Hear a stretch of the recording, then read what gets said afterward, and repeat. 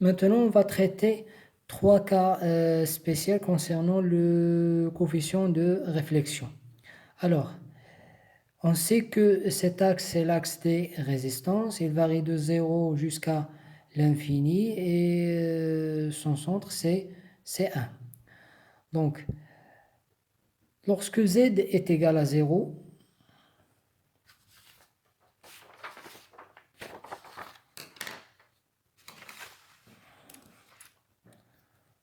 donc pour z est égal à 0, donc il s'agit d'un court-circuit.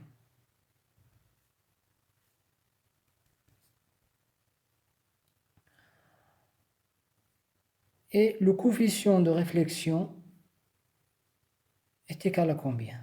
Donc le coefficient de réflexion, c'est sur le module et l'argument, la phase. Donc pour ce point, l'argument c'est... Donc pour ce point, l'argument c'est... donc je vais tracer la droite passant par l'origine et ce point. Et je prends le deuxième pourtour. Donc c'est 180. C'est 180. Donc la phase, donc 180 degrés.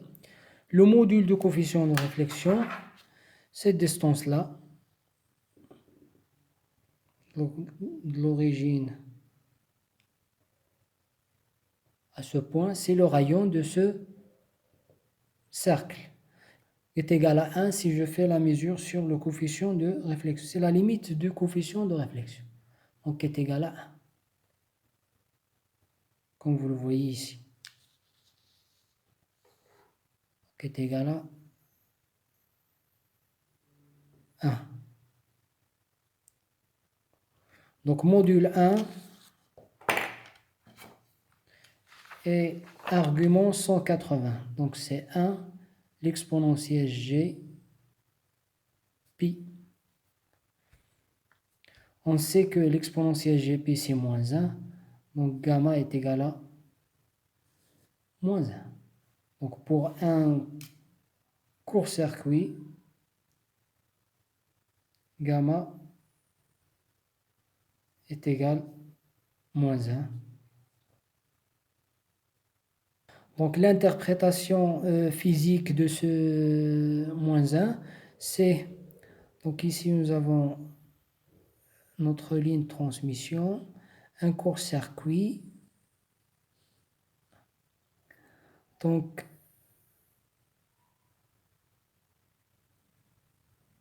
l'onde se propage sous cette forme, mais lorsqu'il arrive à un court-circuit, il va se réfléchir dans le sens inverse. C'est-à-dire on va obtenir une onde sous cette forme.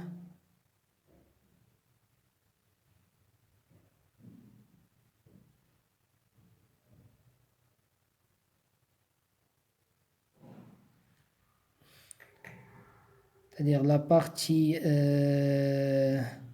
minimale va devenir maximale, maximale va devenir minimale et ainsi de suite. Maintenant, on va traiter le cas où z est égal à infini.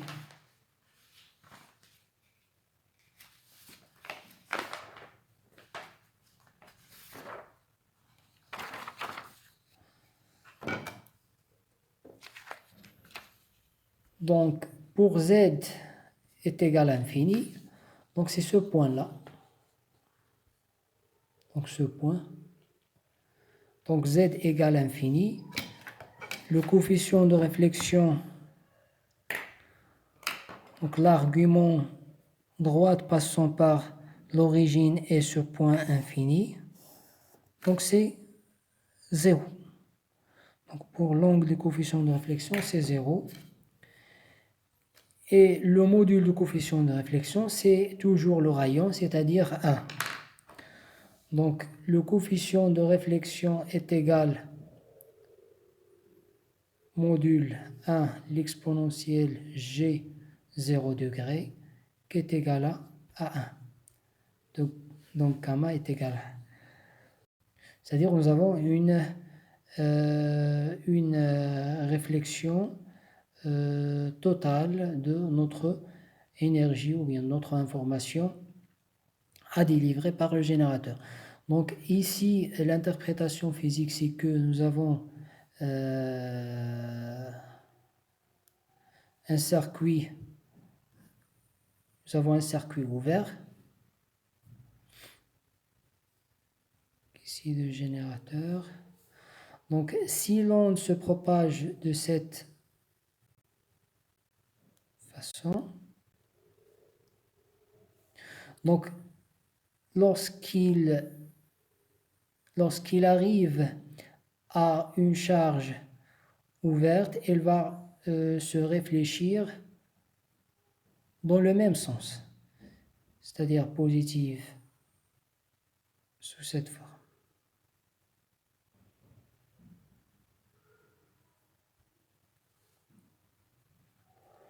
Donc est égal à 1.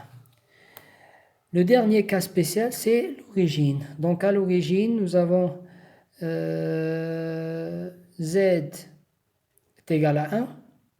Donc toujours impédance normalisée. Donc à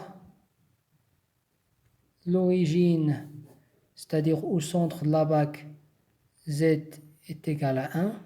Autrement dit, Z sur Z0 est égal à 1. C'est-à-dire, nous avons une charge à une impédance ZL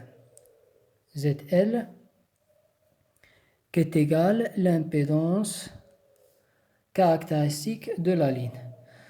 Donc si on trouve les deux impédances, l'impédance de charge et l'impédance de notre ligne de transmission sont égales, donc on peut déduire qu'on a une adaptation d'impédance et par conséquent, le coefficient de réflexion est égal à 0. On peut le démontrer à travers la bague de Smith. Donc ici, notre point c'est 0. Donc on va tracer, comme d'habitude, pour trouver l'argument, on va tracer la droite passant par le centre et le point. Donc c'est un point. Donc, θ est égal à 0. Donc, θ est égal à 0. Et le module du coefficient de réflexion, c'est toujours à l'origine, c'est-à-dire 0. C'est-à-dire 0. Donc, gamma est égal à 0. Pas de réflexion. Pas de réflexion.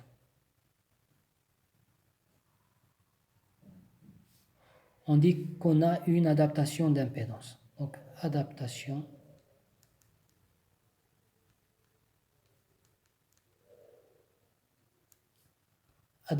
d'impédance.